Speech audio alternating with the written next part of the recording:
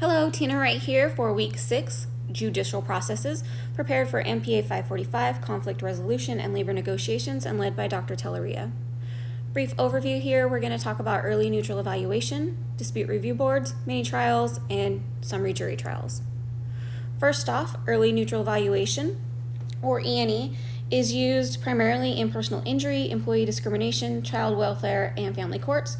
This process involves a third party listening to the facts of the disputant's case and providing non-binding opinions on the possible outcomes, primarily used to provide realistic evaluations of the disputant's problems and prevent litigation for arguments with potential low outcomes, according to our text. The journal article I chose by Zatsky, The Upshots of Using Early Neutral Evaluations in Pre-Discovery Documents in Complex Civil Litigation, discusses the benefits of assessing the strengths and weaknesses in a disputant's arguments. The E&E neutral expert can help identify areas of agreement, offer case planning, provide suggestions for options of settlement. The goal, though, here is to clarify and identify the midpoint of the issue and is useful in providing direction towards a settlement or narrowing the scope of a complex case for later litigation. The article that I chose kind of not really, but kind of disputes kind of what was said in the text where we're doing early neutral evaluation to avoid litigation. It really says that we're trying to find a midpoint to really discuss where our disputants are, what they can agree upon, what they can't, what needs to be kind of narrowed in upon so that the case or the problem can be satisfied in litigation. Okay, the Dispute Review Board, or DRB, is a preferred method of EDR for large construction projects and involves a panel of experts to provide non-binding rulings on contract disputes.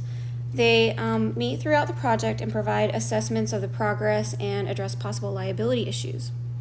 In my journal article by Chapman, Dispute Boards on Major Infrastructure Projects, he describes how the DRB is an avoidance process, a dispute avoidance process, and points out that they, unlike other ADR methods, are involved at the beginning of the process. The article delves really into the process of DRBs and how it benefits the parties and helps them to avoid litigation.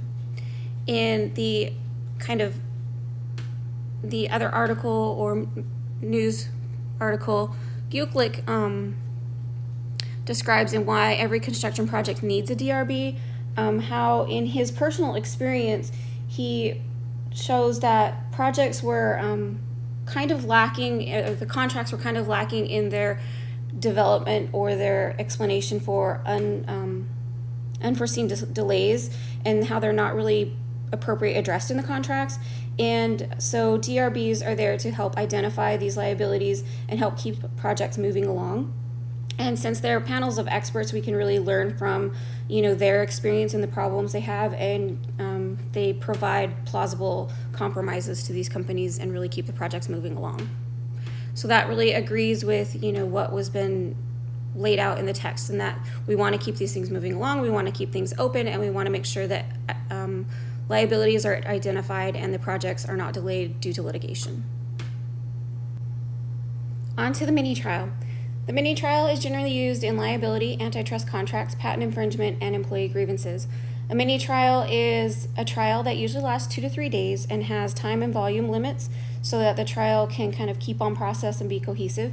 During the trial phase the sides are given a limited amount of time to argue their best case and provide for questions and rebuttal.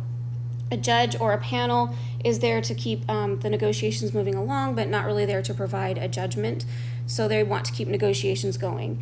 In the article by Green, Growth of the Mini Trial, he provides several examples of successful mini trials on patents and projects, contracts, and even smaller regulatory cases. He supports the findings in our text that mini trials help to narrow the disputes, promote dialogue and critical portions of each of the cases, and the tremendous cost savings of these procedures by providing appropriate outcomes. And so he just really says that these actually work for big and small cases, and it really works together to kind of not bog down the court system and help reach good outcomes for all parties. Okay, so let's look at the summary jury trial. This allows disputants to present their case to a jury in an abbreviated fashion, and usually the process lasts about 1 day. The jury is allowed to come to an unbinding verdict, and the disputants can poll the jury to find out why they came up with that verdict and use this later to maybe further negotiations or decide to litigate. In my article by Nancy Welsh, I Could Have Been a Contender, she goes into the fact that these cases, Twombly and Iqbal, kind of really allow federal judges to kind of squash certain cases based on their own experience and common sense. And so these marginalized parties really don't have their day in court to kind of fight these antitrust cases out there.